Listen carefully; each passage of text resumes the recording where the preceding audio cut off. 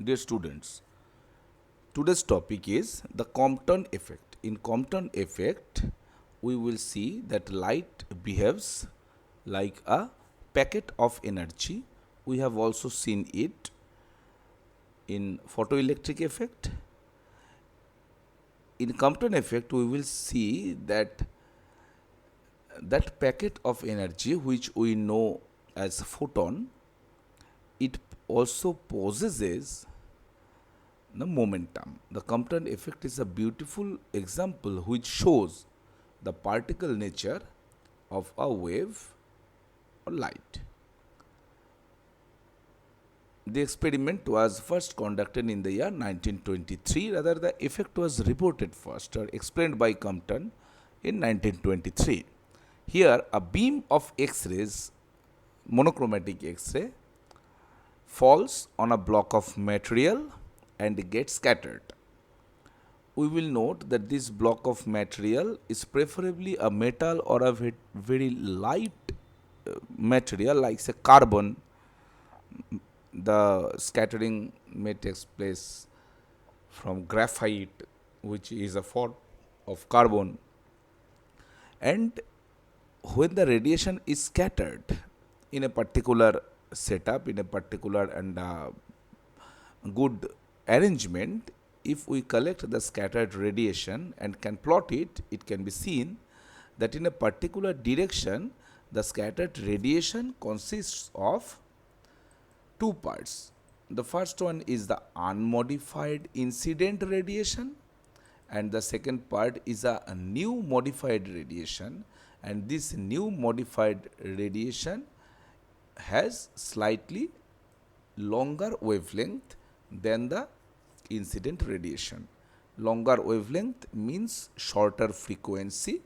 That means the incident radiation has higher energy and the modified scattered light, scattered radiation has some lower energy. And the classical theory, it failed to explain this. The laws of classical mechanics, the laws of Newtonian mechanics, Maxwell's electromagnetic theory, they were not enough to explain the theory. The background reason why such a behavior takes place. Note that it is extremely important that it is generally seen in case of X-rays. Why so? We will discuss it later. And when a photon of X-ray, that is as a corpuscle of energy, that is photon, when a photon of X-ray collides with a free electron, this term is extremely important, collides with a free electron of the material, this collision gives rise to this effect.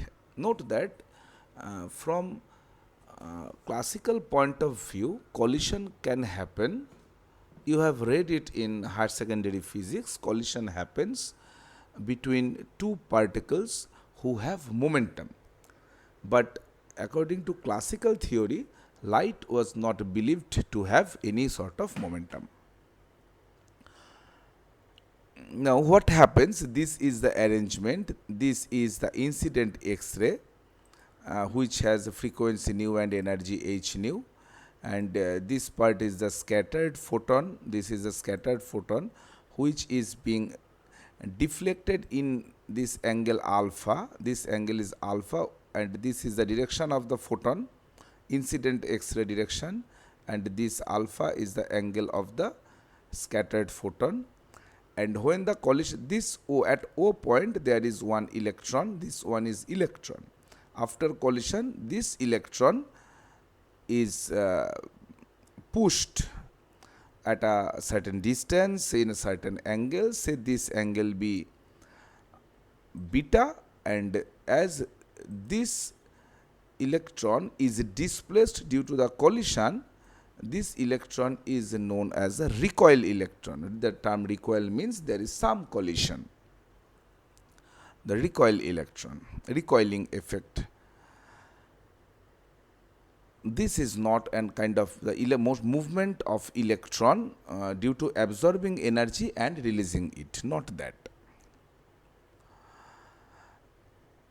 So this is the description. Alpha beta are described here, and now let the rest mass of the electron is m naught.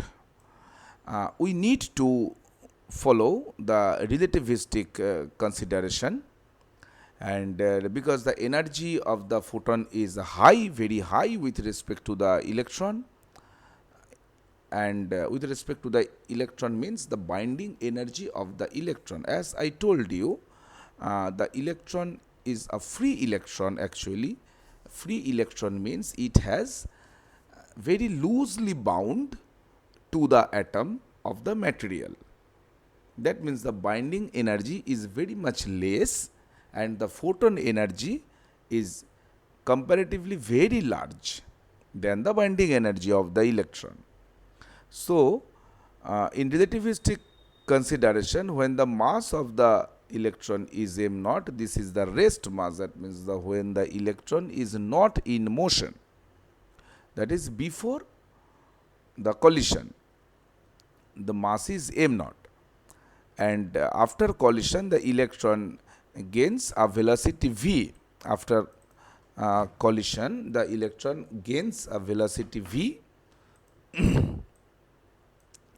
and so its mass is after collision m naught by root over 1 minus v square by c square, and you see that as this part is less than 1, the denominator part is less than 1, so therefore m is greater than m0. M is greater than m0. The total energy of the recoil electron is therefore mc square. It includes the rest mass energy plus its kinetic energy. So it's the total energy. Now put m as m naught by this term, and the kinetic energy of the electron will therefore be this E minus its rest mass energy. This is that E is the total energy minus the rest mass energy gives you the kinetic energy of the recoil electron, and the momentum in 3 dimension, definitely the momentum is given by mv, which is m naught by root over 1 minus v square by c square into v. Don't be confused with this term momentum in 3 dimension actually, because it is the regular momentum as we know it. We just replace the mass with the relativistic mass, and if we considered the momentum in 4th dimension, then the 4th component would have given us the energy part. That is something different when you learn 4 vectors in relativistic mechanics. You will understand this. Just it is regular momentum as we know it, and the mass being the relativistic mass. Now using this E and P, equation 2 and 4, we do a simple algebra which is given here, and we see that the relation between energy and momentum is E square equal to P square C square plus m naught square C to the power 4. The steps are given here. You go through it. Now this is for the electron. What is the case for a photon? Note that photon has a mass, rest mass 0. Why? Because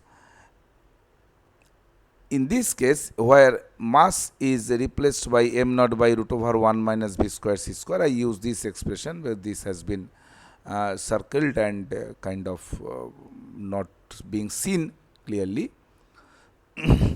This v of photon is equal to c, so the denominator becomes infinite, the denominator becomes 0, and the mass of a photon, it becomes undefined, which cannot be, becomes infinite. If m naught is finite, so m naught by 0 becomes infinite, which cannot be the case, so we prefer it to be undefined. So we set m naught as 0. A photon has a rest mass 0. Note that a photon is never at rest and its rest mass is 0. This is a very interesting thing in relativistic mechanics. Now, if m0 is 0, then E equals Pc for a photon, that means P equals E by C, and put E equal to h nu and C equal to nu lambda, you find h by lambda, which is again P equals h by lambda is the de Broglie relation. We will discuss it later. But de Broglie equation relates to the matter wave, a matter which has a momentum p, has a wavelength lambda. But this is in case of a photon which follows the same relation. We will discuss de Broglie waves and matter waves in subsequent classes later. And the incident photon energy is h nu. Therefore, incident photon momentum equal to h nu by c. Similarly, scattered photon energy, this one, and scattered photon momentum is p prime equal to h nu prime by c. Now, according to conservation of linear momentum, there has to be some off, conservation of linear momentum. Here is a term off. This is not a pen, so writing is not very easy here. So this you write it in your note, according to conservation of linear momentum. As we learned it in our higher secondary classes, what we do, we split this along this line and this line, along x direction and y direction. So in x direction, you see, before collision, the momentum is h nu by c. Only electron had no momentum, it was in rest. As I said, that the electron is initially taken to be at rest, and after collision electron goes this way. So if its momentum is say something p1, then it will be p1 cos beta, and if the photon had a momentum of p2, so it will be cos alpha. Just I go back to my part. So the initial momentum h nu by c, h nu by c momentum comes from here, it is explained here. Before collision it is h nu by c, and after collision it is h nu prime by c cos alpha plus mv cos beta. This is along the direction of incident photon. Similarly, in the perpendicular direction along the y-axis, the initial momentum is 0 before collision, and the after collision, this photon, scattered photon, has a component along the positive y-axis, and the recoil electron has a component along the negative direction. So if it happens after collision along y-axis, it will be h nu prime by c sin alpha. This is for the scattered photon, minus, as it is in the opposite direction, it will be mv sin beta. And from energy conservation, we know before collision photon has h nu energy plus electron has rest mass energy m0 c square, and after collision photon has h nu prime and electron has m0 c square. So use 8 and 9, take sin beta this way, and or whatever, take this one in this side, this part, the nu prime part in this side, h nu prime by c momentum part of the photon part this way and the electron part the other way, and then you square it, so you will obtain this thing, and then you square it, add it, and then use equation 10. The algebra is all given here, and then you subtract these things. I am not describing the algebra, every algebra is very clearly done here, you just check, and finally you obtain some expression here which involves both the mass, moving mass, and the rest mass. So I replace the moving mass by the rest mass, and then using 1 means the m equals m0 by root over 1 minus v square by c square relation, and then solving it, just cancel everything, you find that 1 minus cos alpha, which is equal to 2 sin square alpha by 2, equals m naught into c divided by h into lambda prime minus lambda. Lambda prime comes from here, lambda comes from here. So lambda prime is the scattered photon wavelength, lambda is the incident photon wavelength, and we know that the wavelength of scattered photon will be longer. So lambda prime minus lambda, which is delta lambda, it is a positive quantity. And we use the reciprocal of this quantity, as you know, the left side in equation 13 is a number. It is a number, so the dimensionless quantity. The right side also has to be a dimensionless quantity. So if lambda prime minus lambda is of length dimension, then m naught c by h will be of 1 by length dimension. So we take the reciprocal, which we name as lambda naught equals h by m naught c. You see that lambda naught is a universal constant because h is Planck constant, m naught is the mass of electron, and c is the velocity of light.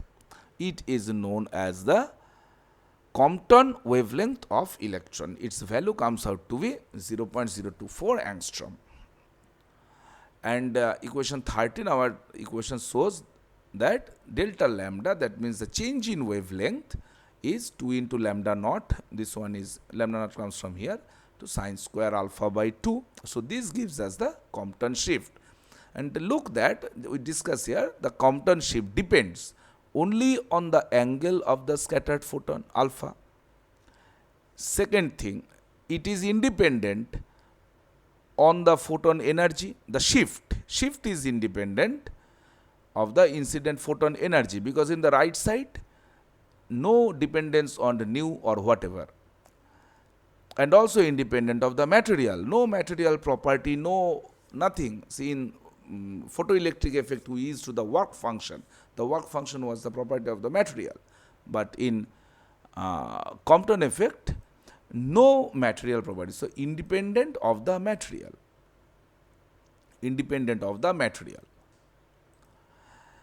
and for scattering, now if you use the different value of lambda to get different values of different values of alpha. Say if the scattering angle is 90 degree, then delta lambda will be lambda 0,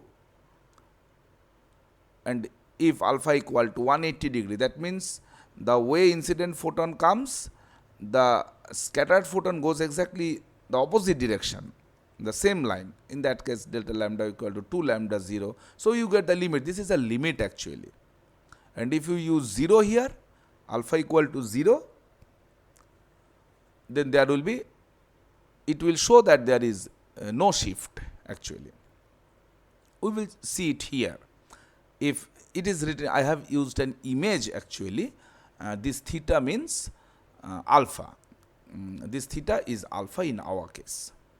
So if it is 0, this is the same position lambda, no delta lambda. But if you use theta equal to 45 degree, lambda here and lambda prime here, this difference is the, there is a difference, this is delta lambda. And this delta lambda increases if theta increases, you see. For 135, it is also a very large separation. This is the spectrum of the scattered radiation. This line lambda corresponds to the unmodified radiation, and lambda prime corresponds to the new modified part, which has a greater wavelength. You see, the lambda prime is on the right side. Lambda increases this way, lambda increases this way, and lambda increases this way. So therefore lambda prime is greater than lambda. And so we see that clearly there are two lines, one unmodified and one modified, and there is a separation between them, and the separation between them is independent of the frequency of the incident light. Only depends on at which angle the photon gets scattered. And we make additional comments which are very important. Note that the electron we considered was at rest, but it is not actually the case. So, if the motion of the electron is considered, then there will be some Doppler effect. And the Doppler shift, the Doppler effect will cause the radiation spectrum to get broadened. That means this width, broadening means, say this is the width of any kind of peak, you understand. You have gone through it in case of waves and acoustics. This width gets large. This one, this is of unmodified and this is the modified one. Say this one is broadened.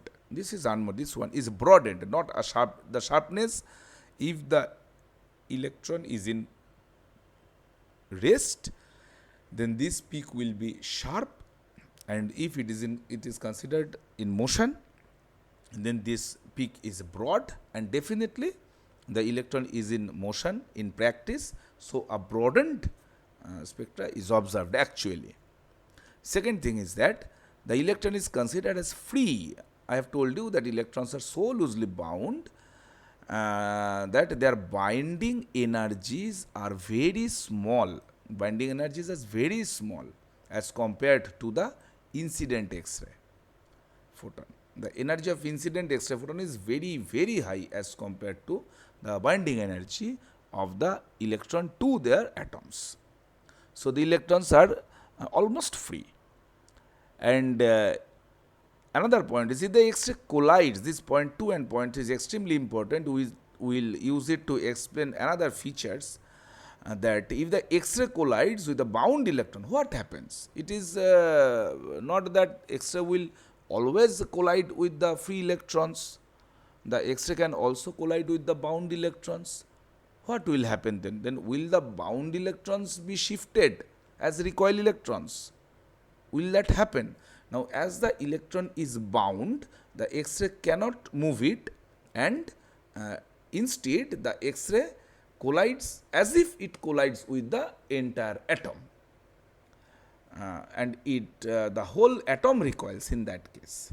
As the electron is very tightly bound with the atom, the X-ray cannot displace a bound electron, instead as if it collides with the whole atom.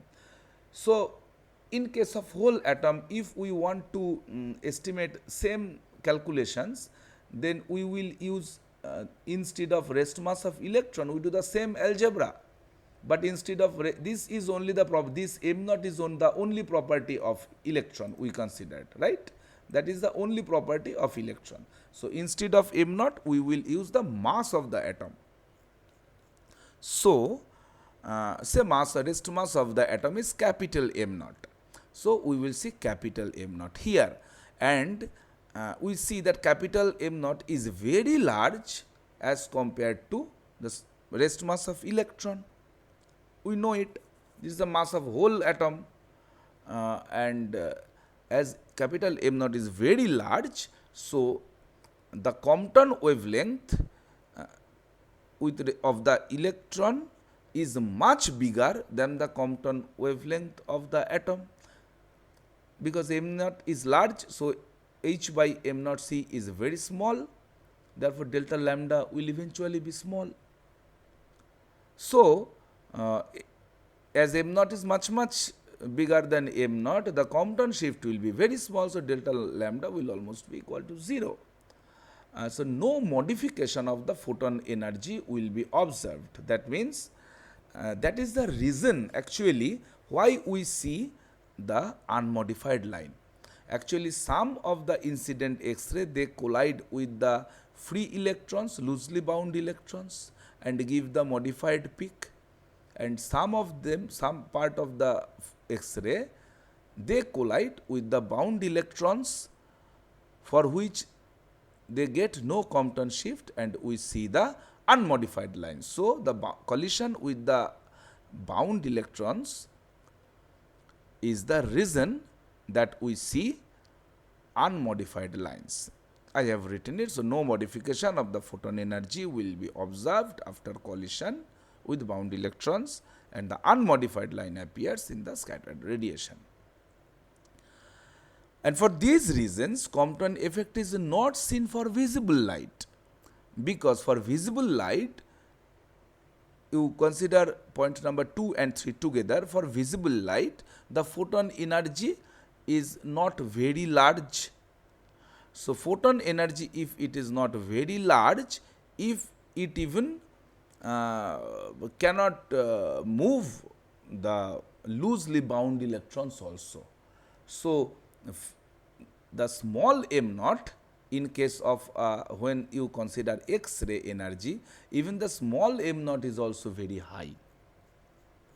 So the visible light has very low energy as compared to X-rays, and so they cannot collide with the electron and displace it. They cannot do that.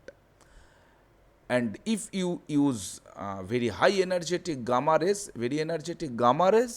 then this gamma ray will also push the bound electrons.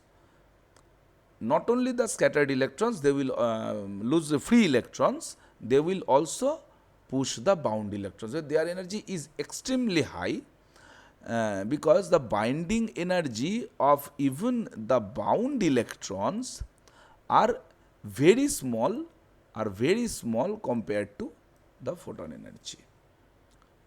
Therefore, if you use gamma energy, gamma photon, then this m naught will also be not enough. So you observe only the scattered radiation, not the unmodified radiation. There are some additional calculation, very simple. Some say energy of the scattered photon. So we had this relation from equation 13. We just take a look there. Equation 13 here. Actually, I use this one.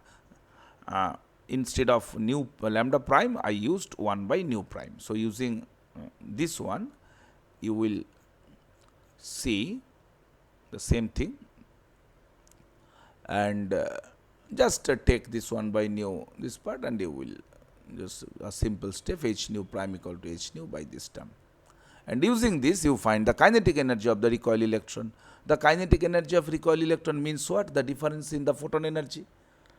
This is the energy of the incident photon, and this is the energy of the scattered photon. Their difference is the kinetic energy of the recoil electron. And you put h nu prime from this expression and use it. Ek is this expression. And just check if I have seen it somewhere for alpha equal to 180 degree, just check whether it is maxima. Just d Ek d alpha equal to 0. Do it to find the value. What is the Ek max? When will be the maximum energy, maximum kinetic energy? The kinetic energy of electron, recoil electron, will be maximum. And the third thing is the relation between the alpha and beta, the photon scattering angle and the recoil electron deviation angle.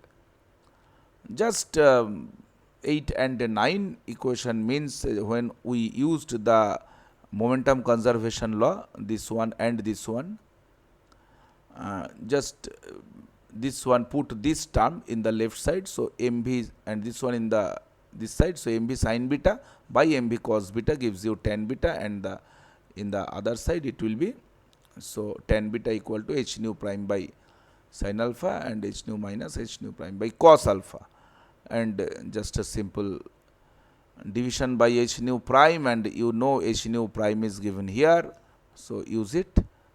And simple algebra will give you that cot beta equal to 1 plus h nu by m naught c square tan alpha by 2.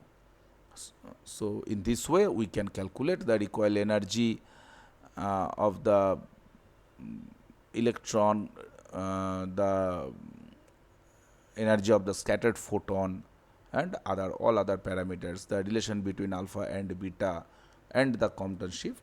So we end here today.